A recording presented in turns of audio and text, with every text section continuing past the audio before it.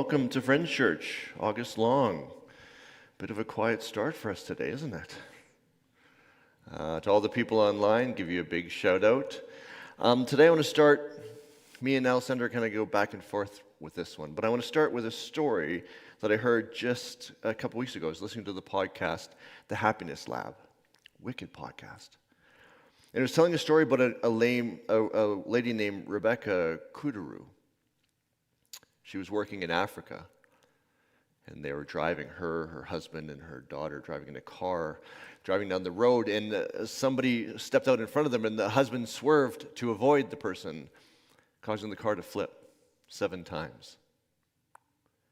Landed up hitting a tree and being lodged in a tree.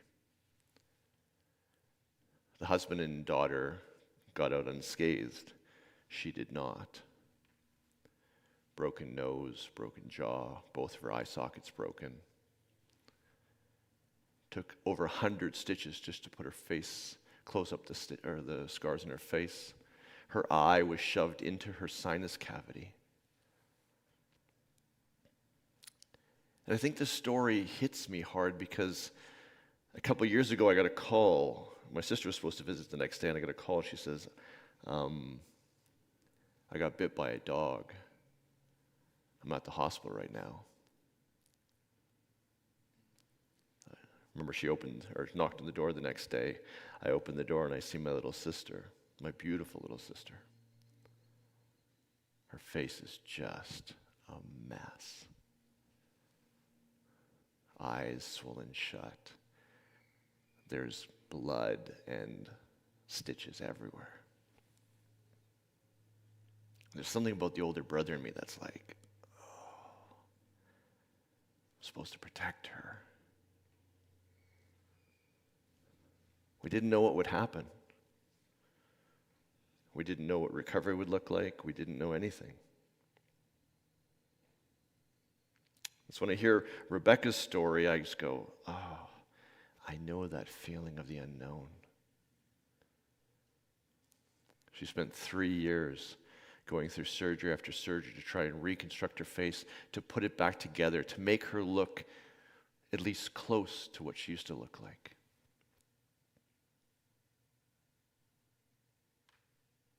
It makes me ask the question, what do we do with the things we've gone through in our life? Maybe not in the moment, but once we've kind of gone past the worst.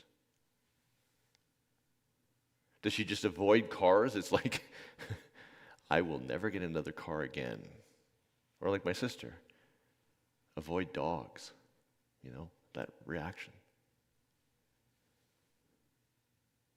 What do we do with the difficult moments in our lives that we've gone through?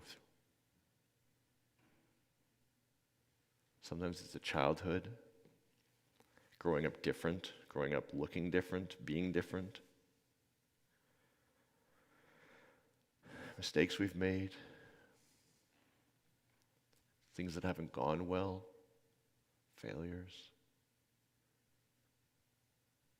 And are we just stuck with those kind of sitting inside of us now? Or, constantly trying to shove it down like, ugh. Or is there something redeeming? Is there something we can do with those moments? I remember, I'm remarried now, but I was married once before. Obviously, that didn't end well. I remember the feelings of going, this is over. I had planned to be with this person forever. I had planned to be married once. And now it's over. And right around that time, Alessandra had sang a song about her own relationships that were difficult.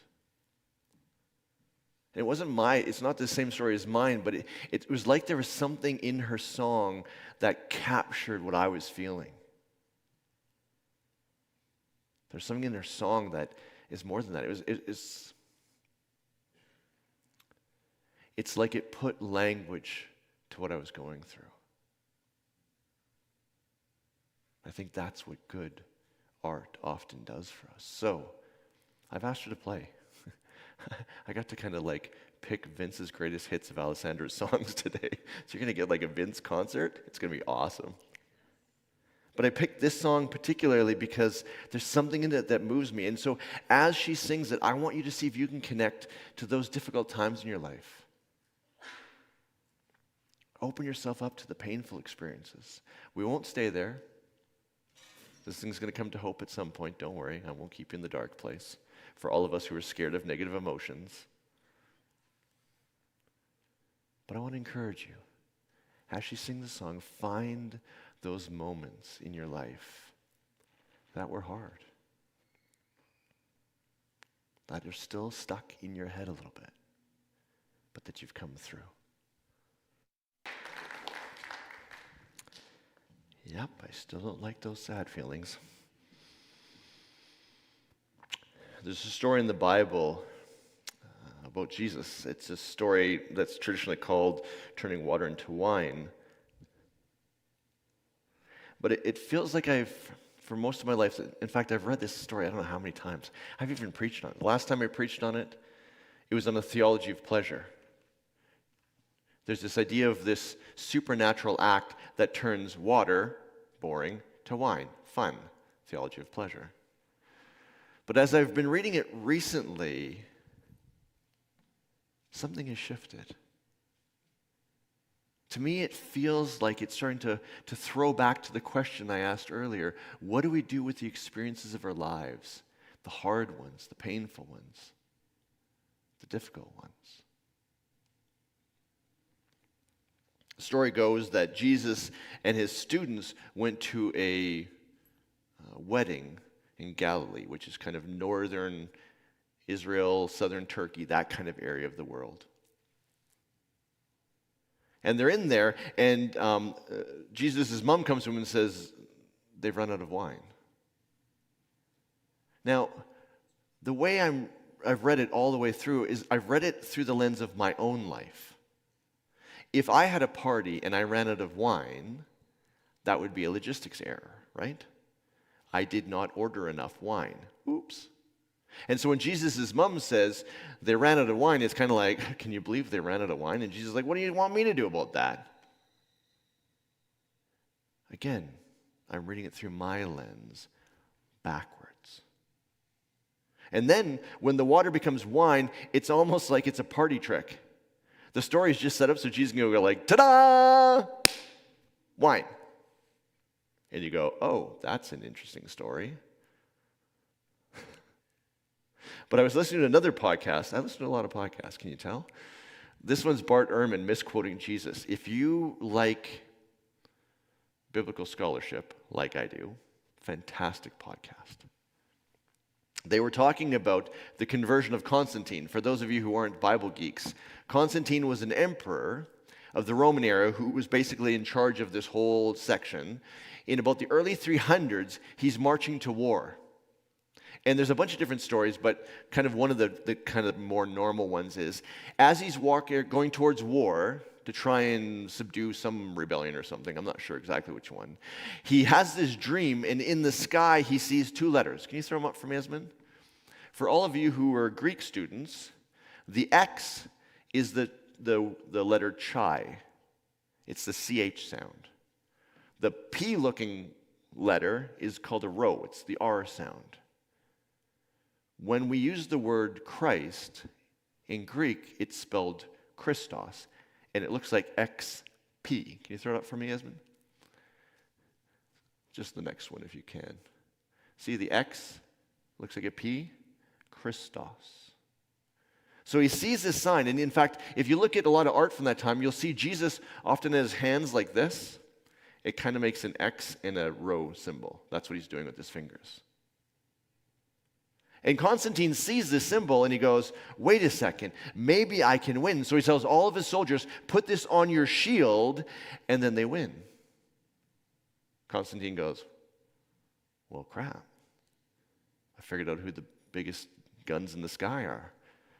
We're all going to be Christians now. Now, he doesn't convert everybody, but something happens. And as I'm listening to Bart Ehrman talk about it, they said something really fascinating. They said, in that moment, in the early 300s, Christianity became a recognized religion of the area, and elites started converting.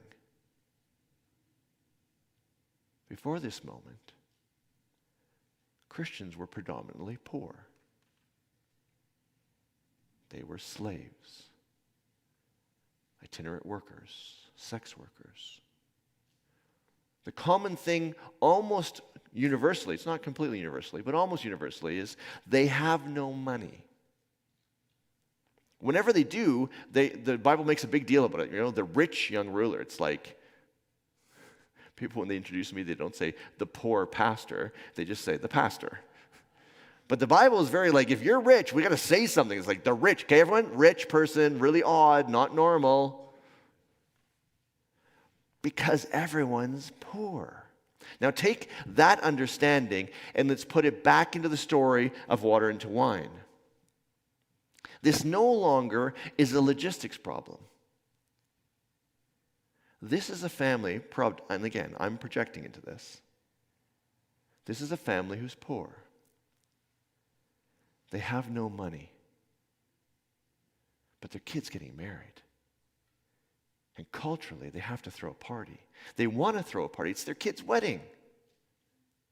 So they go to the wine store, they buy the cheapest wine they can, and they spend everything they have. You could just see, like my mom's biggest fear as a Mennonite housewife was to run out of food. Like, this was like, you could go to hell for stuff like that. Like, horrified. I could just see my mom sitting there in the corner being like, please don't run out of wine, please don't run out of wine. And for whatever reason, everything they have, but it's not enough. And Jesus' mom comes to him and says, Jesus. And it's no longer the sense of like, can you believe they didn't order enough wine? Suddenly the phrase has a completely different heart to it. It's that sense of, they ran out of wine. Can you feel how embarrassed they would be? And Jesus says, he says, Mom, what do you want me to do about it? Because here's the thing. Jesus is also dirt poor. He grew up poor. He's in a poor culture, in a poor country. It says, you know, he was born in a manger because there was no room for an inn. I could say it another way. They had no money, so they couldn't buy any better accommodations. His dad's a carpenter. Don't think carpenters nowadays, you know, drive big trucks, build massive, you know, super-sized $1 million homes. No. I was reading a book on residential school kids, and it was this one girl, and I was trying to understand, why did her parents send her to school, this residential school? And at one point, she tells a story about her dad. She says, my dad was a carpenter. He made axe handles. And every day he would walk miles to the closest town, and he would try and sell those axe handles. Most days he couldn't sell anything. Those are the days we couldn't eat. When we hear Jesus' dad was a carpenter, I think that's what the heart of the story is. So here's Jesus, a poor kid, poor. Grew up poor, in a poor family, goes to a wedding where the host of the wedding also doesn't have any money, and they run out of wine because they can't afford anymore. And Jesus, his mom says, they ran out of wine, and he's going, oh, that kills me. And suddenly, the water into wine isn't a party trick like, hey, look what I can do. Ha. It's somebody with a heart for the poor, who grew up poor, who knows what it's like to go through this. saying, I will do whatever I can to make this moment better for you. I will take the shame of poverty away from you. Jesus says at one point he says, what's my mission? What's my goal in life? He says this: the Spirit of the Lord is upon me because he has anointed me to proclaim good news to the poor. To the poor. His heart is for people who've dealt with poverty just like he did. And suddenly, we have this idea, maybe the answer to what do I do with the hard things of my life, the things that I've overcome, maybe they become the things that transform our lives because they have purpose. They have meaning to us. Helping people who've dealt with what we do, we're going, oh, if I could help them, that would matter. For me, seeing Jesus as poor, I grew up, this is kind of a slang, I grew up with the Swedish Jesus. Does anyone grow up with the Swedish Jesus? He's blonde, he wears like a white robe with a blue sash, he floats through the earth, doesn't even get his feet dirty, never does anything bad, never is Swedish, right? When I started thinking about this poor Jesus, I was like, well, wait a second, that changes everything. There's a song Alessandra does. Supposedly it's a Christmas song. I will argue that. But at one point she says, what can I bring him poor as I am? And I suddenly realized this song is kind of like a double meaning. Jesus is poor. What changes when you look through the stories of Jesus through that lens? What changes in your life? As she sings, I want to have you open yourself up to a different picture of Jesus. Okay, maybe you didn't grow up with the Swedish Jesus, whatever. But what does it look like to think of him poor and caring for people just like him? It's kind of a weird place to put a coffee break, isn't it? Thanks, Craig. Sometimes you just got to wing it, try something different, right? So we started this message asking the question, what do we do with the difficult things we've been through? Are we just stuck with kind of like trauma stuck inside of us and like reactions, or is there something more? And we started to look at this idea of, if we look at the Jesus story in a certain way, all of a sudden we realize that maybe the difficult things he's been through colors the things he cares about. There's a story that I didn't tell you guys about a guy named J.R. Martinez. He was 19 years old when he joined the army. Within a couple months, he was shipped off to the Middle East. Driving his Humvee, or their Humvee, through a certain section of one of the cities, the left tire hit a bomb. For 5 minutes, J.R. was stuck inside the vehicle. Burned about 30% of his body, including his face, quite badly. Can you throw a picture up for him? He too had a massive recovery time. By 19, he was back in the States at the the Veteran Burn Unit. He celebrated his 20th, 21st, and 22nd birthday in that hospital, recovering. 15 years later, he went on that podcast, The Happiness Lab. Because he said, in those 3 years, he's like, I was every kind of victim. Look at me. I have every right to just give up. Everywhere I go, people will see what's going on in my face. But something shifted for him in those 3 years. He said, I can't live this way. And so he shifted his life. He actually became an actor on a soap opera. Didn't see that one coming. Now, he played a burn victim, which he did really well.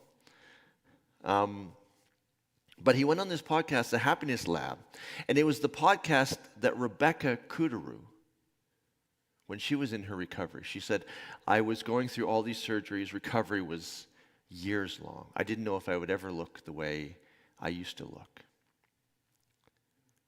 And what I would do during the day is I'd go for these walks around my neighborhood. And she's like, I was at the end. People were telling me, oh, no, don't worry about your outer looks. It's what's inside that matters. And she's like, you can go yourself. I don't want to live this way. And then the algorithm, for the first time, the algorithm does something positive. The algorithm on her phone found J.R. Martinez's story in the Happiness Lab. She said, I listened to this guy who's gone through so much that's so similar to me and so completely different. But it touched me. She said, I was walking down the street listening to it, and I just broke down. I fell on the sidewalk, and I just started sobbing. Because his story was my story. You see, J.R. Martinez had a heart for people who've gone through very hard things and were feeling like victims. And so he shares his story to help people find a way out of that. And Rebecca's like, that's the way I found my way out of the dark hole I was in. You see, my thesis is Jesus, a poor man who grew up with nothing, goes to a wedding where they run out of wine because they have no more money. And he cares. J.R. Martinez looks at people around the world and says, oh, you've been through hard things too. So have I.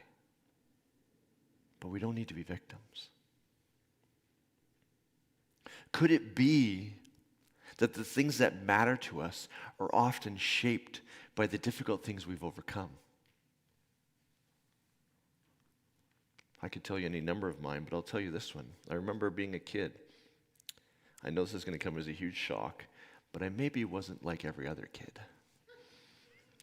This is the part where you don't laugh. You make quiet sounds that feels like somehow affirming to me. I was that kid who was thinking about things that I shouldn't have been thinking about. And I'm not talking bad things. I'm talking questions. It's like my mind never stopped. I remember being with my family, and me and Alessandra were talking. She likes sadness. I freaking hate sadness. We're driving in the car. My mom's here, my dad's here. And I remember asking a question that was in my head. I was like, what if there is no God? And I just remember seeing my mom start crying. And my dad's just like dead straight ahead, will not look at me. No one will talk to me. I remember thinking, what part of myself do I have to turn off to be in this family? What part do I have to hide? What questions do I have to remember? Oh, yeah, you can't ask that. Now, God bless my parents. The shit they had to put up with, pardon my French, but the shit they had to put up with me. But you know what? That hurt, that disconnect, that hiding, that stuck with me. I went to seminary to get a master's degree in biblical studies in order to try and figure out a way to get back to that way of being. Now, I know now that was stage 2 spirituality. Nothing wrong with stage 2. Stage 2 is beautiful. But everyone agrees in stage 2. We all believe the same things. No one questions it. No one asks those questions. We all know stage 2, right? I wasn't there. For me, I was in stage 3, which is you become the skeptic. I just got there early. I went to seminary, which I thought it was going to help me get back into stage 2. What it did is taught me more difficult questions to ask. Psych, that didn't work. Now I know original languages, I know translation issues. It opened a can of worms. But what it did is me and Jeff got together and we started to say, what could a spiritual community look like? What if it's a community where everybody is welcome? No matter who they are, no matter what question they have, what they believe or don't believe. What if we could create a space where somebody asking a good question would be welcomed? Oh, you question that? Great. Let's have that conversation. What if we created a spiritual community where there was a sense of the Bible that wasn't this like, this is God's words, don't ask any questions, but you could wrestle with it and play with it and explore it and let it challenge you? What if there's a spirituality where there's an action component? Where we're honest. These are just beliefs, they're not facts. What if we could create a space like that? That's where Friends Church came from for me.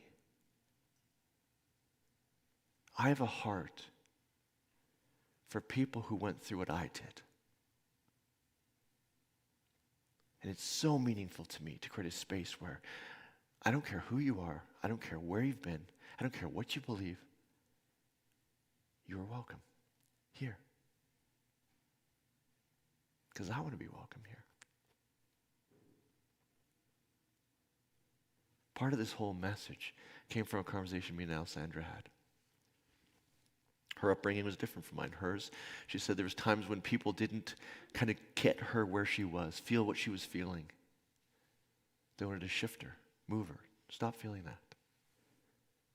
When she just needed them to be there with her. And so her wounding from childhood started to express itself in many different ways, but one of them is in songwriting. You notice her songs always have a deep emotional connection. It's almost like she's saying, I see you. Probably in the way that she wasn't seen, or in a way that she was desperate to be seen. Could it be that the hard things we go through in our life can become beautiful things, meaningful things, important things? Asked her to play another one of my favorites. I'm telling you, this is like Vince's favorite playlist. It's a song called Bright Blue. It's a song that feels super honest emotionally, but it still has hope. So as you sing it, I want you to think about the things in your life that touch on it. Things that feel dark, things that feel light. And ask yourself, what things are meaningful to me? I don't know why bad things happen to good people. I know some people have beliefs about it. I don't know why. We did a whole series called Fear Mongering that kind of explored the evolution of thinking of why bad things happen to good people. That part of the conversation, I don't know, feels too quagmire-y. But I do believe that as we come through hard things, as we wrestle with illness, loss, relationships that end, mental illness, as we come through these things, there's an opportunity to use these things beautifully for good. Again, I don't know where they come from, but that's the thesis of this message today. Could it be the things that you've come through are the very things that you can use that would be meaningful if you used? There's this idea in religious circles. There's the logos, the logic of how we think. And then there's this idea of the spirit, the mythos. I like the logos, can you tell? Alessandra's the mythos today.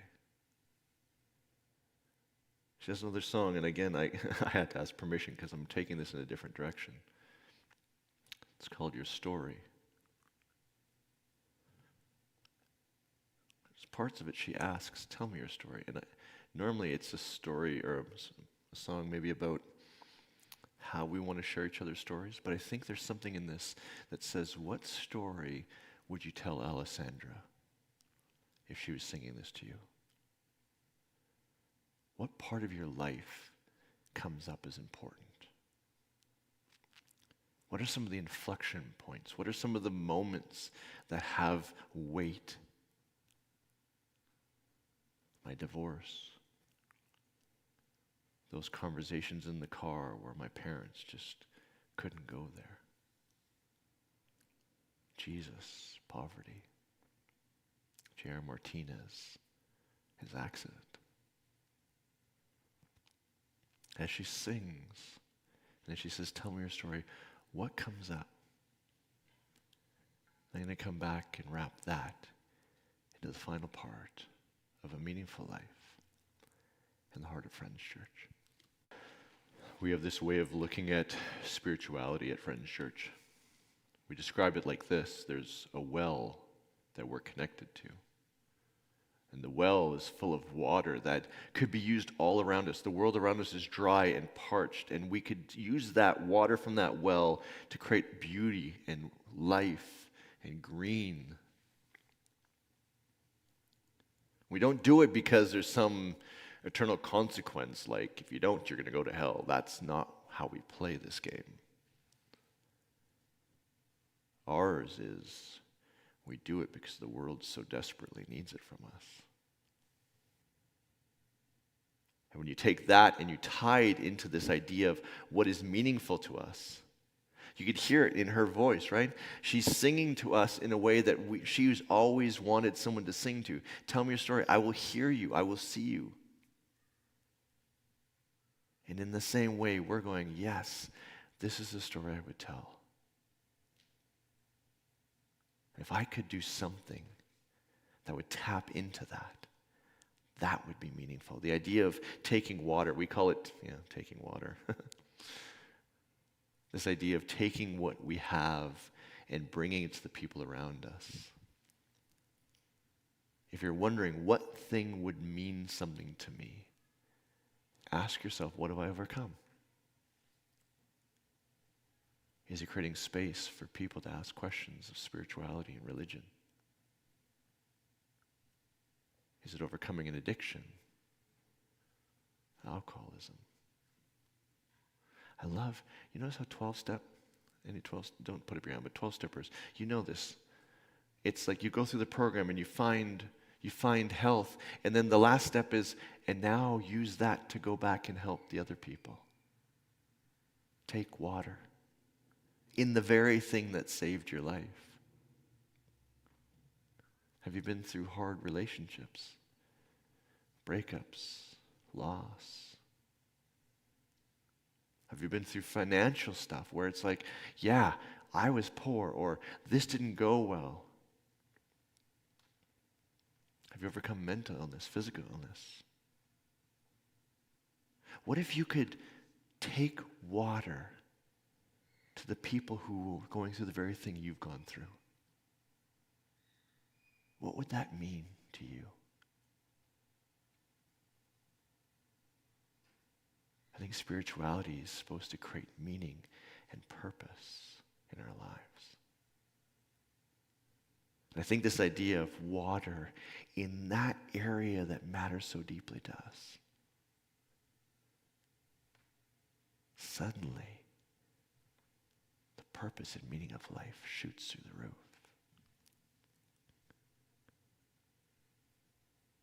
Who is in your story? Who is going through something that you've already gone through that you could reach out to? Come alongside. Support, volunteer, donate to. My mom died of cancer. Man, any one of you raising money for cancer, call me. Instant donation. It always means so much to me. It feels like I'm giving it to my mom. What is your story? What is the thing you've come through? And if you took water to the people in that place, what would would that do for the meaning and purpose of your life? You know why I do this now. You know why this is for you, and it's also to heal me. And you know why Alessandra does the things she does and shares her heart through music. What could you do?